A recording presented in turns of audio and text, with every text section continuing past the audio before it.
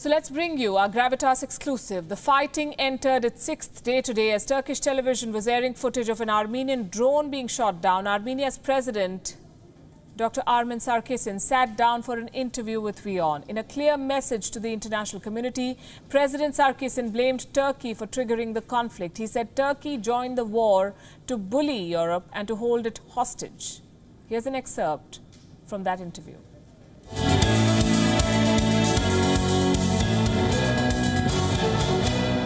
President Sarkisyan, I interviewed you in Armenia, in Yerevan in 2018. It's very good to have you back on WION, sir. So it's very good to see and hear you. And I'm looking forward for our discussion. Yes, it's been almost a week. The hostilities are not ending. Are Armenia and Azerbaijan heading for an all-out war, according to you? This time, it's not only the state of Azerbaijan against the people of Nagorno-Karabakh with an aim to do an ethnic cleansing, but this time Turkey has joined the war. And Turkey has joined the war by bringing within Azerbaijan their officers, their generals, their equipment, their drones, and even F-16 jet fighters. So the aim of this is ethnic cleansing, clean up the Nagorno-Karabakh from Armenians, no matter that these people were living there for thousands of years, no matter that there is a way to settle this through negotiations, and as I said, Turkey is fully involved. So Turkey is involved now not only in Libya, not only in Syria, not only in Mediterranean, now here as well. The Turkish president has called Armenia the real threat to regional peace. How? Can anybody explain to me? He can call Armenia, the superpower. Does that make Armenia a superpower? How Armenia is a threat? If he can explain logically where is the threat to the region, where Armenia doesn't have any problem with anyone in the region, because it has perfect relations with our neighbor Georgia, excellent relations with Russia, very good relations with Iran. The only state that we don't have relations is Turkey, because Turkey doesn't even want to talk or recognize the genocide that happened 105 years ago.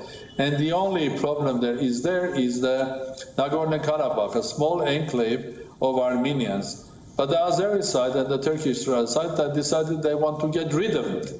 But they can call Armenia a threat.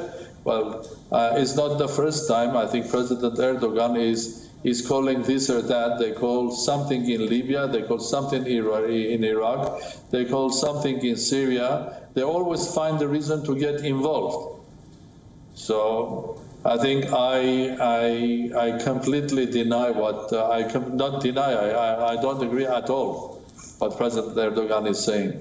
Right. Armenia is not a threat, but Turkey is a threat to the whole region now. Who has planned this? You're saying it's a planned thing. Who has planned this? It is planned by Azerbaijan and Turkey. What's in it for Turkey? What's in it for Turkey? Well, several things. Of course, they can give this the virtual reasons why they are entering there, but the reality is, I'll give you the reasons why. These are opinion of many analysts, reporters, or journalists, or political analysts. First of all, is to tell to Azerbaijan, you cannot resolve this issue. We come there and we help you. We resolve the issue. Secondly, to give a lesson to Armenians and saying, don't even mention what happened 105 years ago, because we are not going to recognize the genocide of Armenians, and if you don't behave well, you can see what will happen. So it's showing Armenians their might in order to frighten Armenia, Republic of Armenia. Third, I think they are now in Azerbaijan, and I have a question. Whenever the war will over, will they leave Azerbaijan or they will stay? So by staying there, they will have tremendous influence on Azerbaijan. And by saying, oh, there is an Armenian threat, So we have to stay here. In reality, they will control the pipelines, oil and gas pipelines, going from Azerbaijan to the west, to Europe. And it's not only Azeri oil and gas, but it's also from Caspian, from Central Asia. So Turkey that didn't have their oil, they were consumers of oil, they were clients to buy oil. Now they are going to be the ones that will control the oil that goes to Europe. And Europe will become a hostage in front of them. So what is the reason? Why on earth Turkey has gone into conflict with Greece and Cyprus? Why on earth they have what is their interest? What is their reason being in Libya? And so on. So I think the Armenia is not fighting anywhere, any of these countries. But Turkey is doing it. So for Turkey, indeed, this is also energy. This is control of Azerbaijan. It is also basically tomorrow they will start bullying Europe because they will control the energy pipelines and so on and so forth. So there is absolutely clear geopolitical gain that Turkey will have with this war.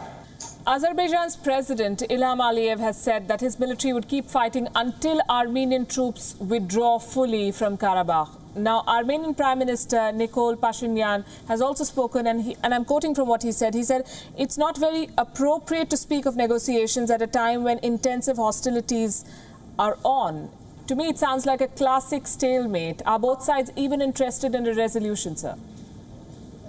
Well, what President Aliyev said is called classical ethnic cleansing.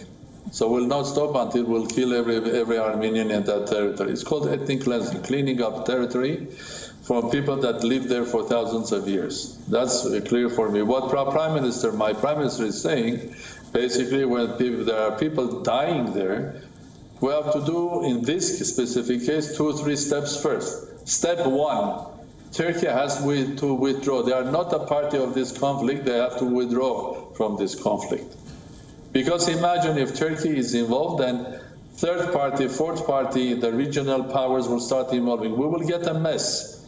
We'll get something which will be 10 times worse than Syria. So the solution is pretty clear. Turkey has to withdraw. The French President Emmanuel Macron seems to be backing Armenia. Russia has said that it is willing to host the foreign ministers of both sides. How hopeful are you with these efforts being made to resolve the conflict?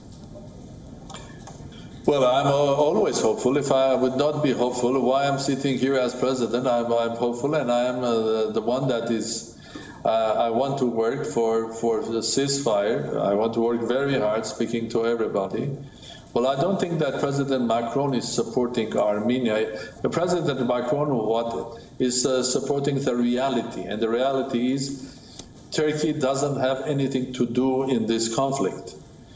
I respect President Putin's offer and Russia's offer. I think the Armenian side of Nagorno-Karabakh and Armenia will always be ready if there will be further steps, and the Azeri side will be saying we will be ready for negotiations. I think we were a part of negotiations. We never denied that we don't like the negotiations or were unhappy with negotiations. We didn't deny negotiations. In fact, we were hoping that in a new format, these negotiations would continue. Negotiations are run from Armenian side, the Prime Minister of my government and the Foreign Minister. From Azeri side is their Foreign Minister and the President. So any negotiation on this complicated subject is always complex. Maybe you are happy with negotiations, maybe you are not happy, maybe you are happy with the negotiators. It takes time, and you have to be honestly believing that your solution could be found through dialogue, because negotiations is not only negotiations, it's building up trust. But the moment you break it, start a war, I think that trust goes back to 30 years back. You've also urged the international community to intervene, and you just told us that this could be worse than Syria if there is no timely intervention. But is the world giving this conflict its due attention? Because there are too many distractions. America is busy with an election. Turkey and Russia have too much on their plate, as you've also mentioned. Europe has Brexit and the Eastern Mediterranean tension. So who is going to intervene?